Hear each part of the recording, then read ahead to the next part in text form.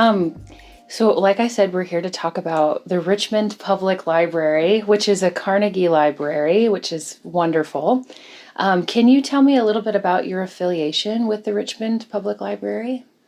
Well, um, I guess I could start out by saying that when I was 10, we moved to Richmond, and we moved in on a Saturday, and on Monday I went to the library to see about getting a library card.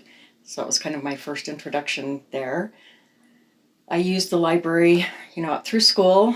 When I'd come home from college, I would do, and when my kids were very little, I would take them in, and then I don't know, kind of got busy and such. And so I didn't go in as often as I was.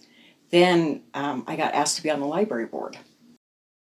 And then my youngest was just about turned 3, and the oldest was 11 when I started working there. And so they very much felt like they owned the library. They would come with me when I did, work and things. And so then that was part of it was a family thing for us.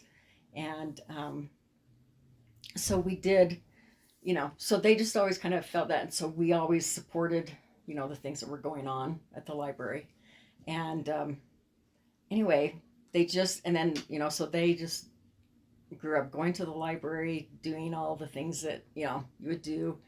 And and even now, they still have a library card there, even though they could, check out things on mine, but they want to have their own library card at the Richmond Library because that's their library.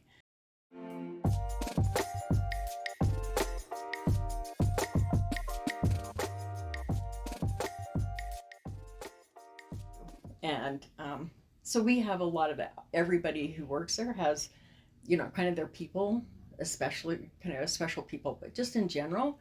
And that's it too. I feel like we have such a great group of people that I'm not saying that we're the best library in the world. We're somewhat small. We do well with what we have, but I really think the people that work there is what draws a lot of people there, and hopefully everybody leaves even a little bit happier, a little bit better than.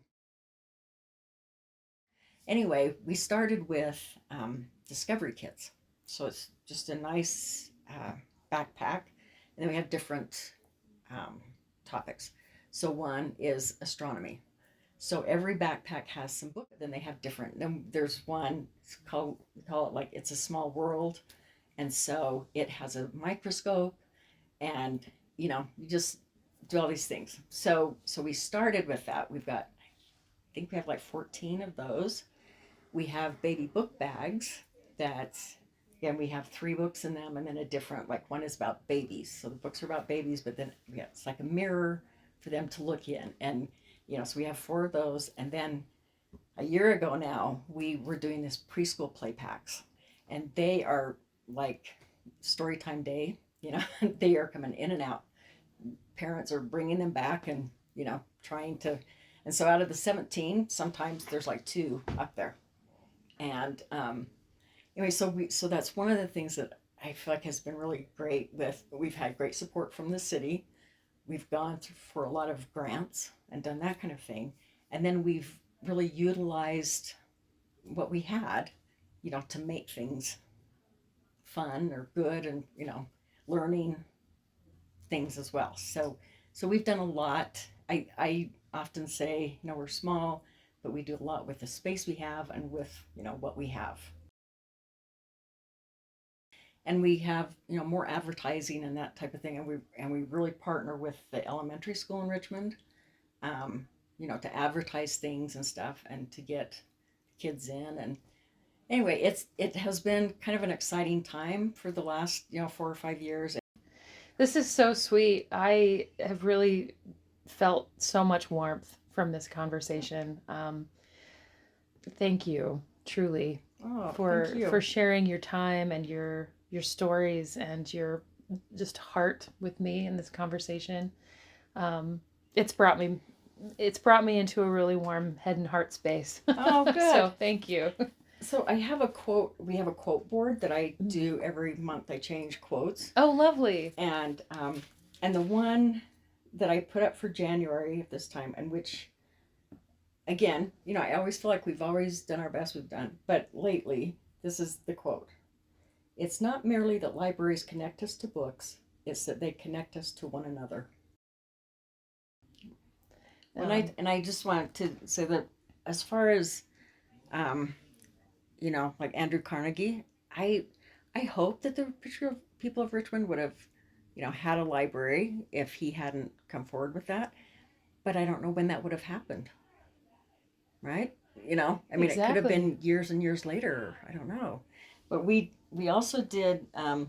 So our library was built in 1914, and so in 2014 we had a 100-year celebration, Oh, wonderful. and that's the one thing. And the size, we'd like to be a little bit bigger. Hmm. But the number of people that walk into the library and they'll just kind of stop and, look around, and we have the wood shelves, Oh, you know, all of that beautiful. stuff that give it so much character. Hmm.